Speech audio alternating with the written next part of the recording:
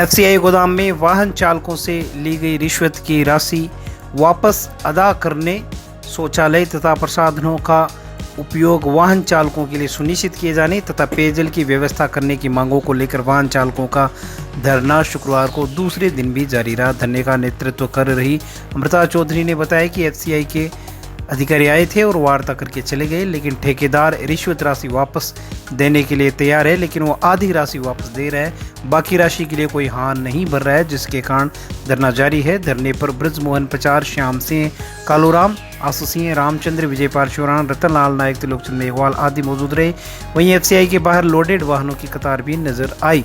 सोचने वाली बात यह है कि रिश्वत का खुला खेल सामने आने के बाद भी सुजानगढ़ में बड़े राजनीतिक दलों के किसी भी नेता का बयान सामने नहीं आया है और न ही किसी नेता ने इस प्रकार के भ्रष्टाचार को रोके जाने की मांग सरकार से की है, जो सुजानगढ़ की राजनीति में सक्रिय लोगों की भूमिका पर भी सवालिया निशान लगाता है, खासकर उन लोगों की भूमिका पर जो जनता के पास वोट मांगने के लिए आते हैं।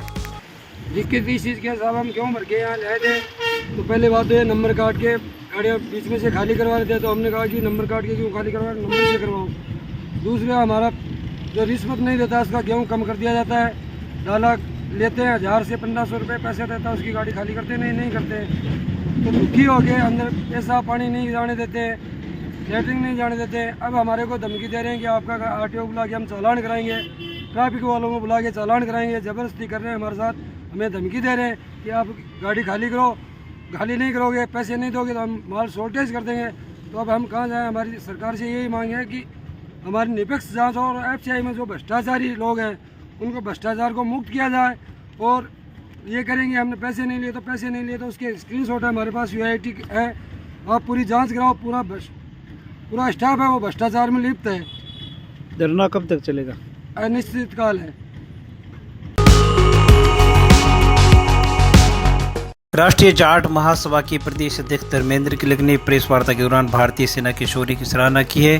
किलक ने कहा कि जिस प्रकार से पहलगाम में मासूम लोगों को आतंकवादियों द्वारा मौत के घाट उतारा गया, उसका समुचित बदला भारतीय सेना ने लिया है। किलक ने कहा कि आज पूरा देश भारतीय सेना, प्रधानमंत्री और रक्षा मंत्री के साथ खड़ा है और ऑपरेशन सिंदूर में देश की जनता सेना का हर संभव सहयोग करने के लिए तैयार है। आज पूरा विश्व भारतीय कार्यवाही की सराहना कर रहा है। जो पहलगाम की घटना हुई है उससे पूरे देश में रोष व्याप्त हुआ और उसके बाद में हमारे भारत के प्रधानमंत्री जी ने और सेना के तीनों सेनाध्यक्षों ने जो निर्णय लिया और उसके साथ पूरा भारत खड़ा है और उनका बदला भी ले चुके हैं हिंदुस्तान की सेना और हिंदुस्तान।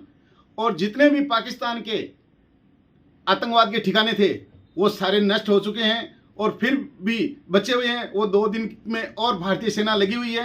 और मैं भारतीय सेना को सलूट करता हूं और उनकी वास्तव में तारीफ करता हूं कि जिस प्रकार से भारतीय सेना ने पाकिस्तान के अंदर घुसकर जो उनके आतंकवादियों के ठिकाने थे उनको नष्ट कर दिया और पाकिस्तान के जो प्रधानमंत्री है, जो उनके सेनाध्यक्ष है, वो भागकर बंकरों में घुस गए हैं। और भारत की सेना आज पाकिस्तान को सने चला रही है और पाकिस्तान तिलमिला उठा है और भारत की सेना के लिए पूरा देश खड़ा है, भारत के प्रधानमंत्री जी के लिए खड़े हैं।